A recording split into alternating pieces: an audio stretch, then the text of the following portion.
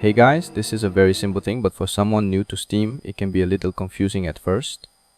So today, I'll show you how to take a screenshot in any Steam game using keyboard or joystick, and also how to find where those screenshots are saved. To take a screenshot while you're in a game, all you need to do is press the F12 key on your keyboard. You'll instantly see a small notification on the top right corner saying that a screenshot was taken. If you're using a joystick or gamepad, by default there is no screenshot button, but you can easily set one using Steam Big Picture mode. Just go to Steam and Settings and Controller and Desktop Configuration, set any joystick button to trigger F12 for screenshots. After that, pressing that button will work just like a keyboard. Now many people get confused about where to find those screenshots.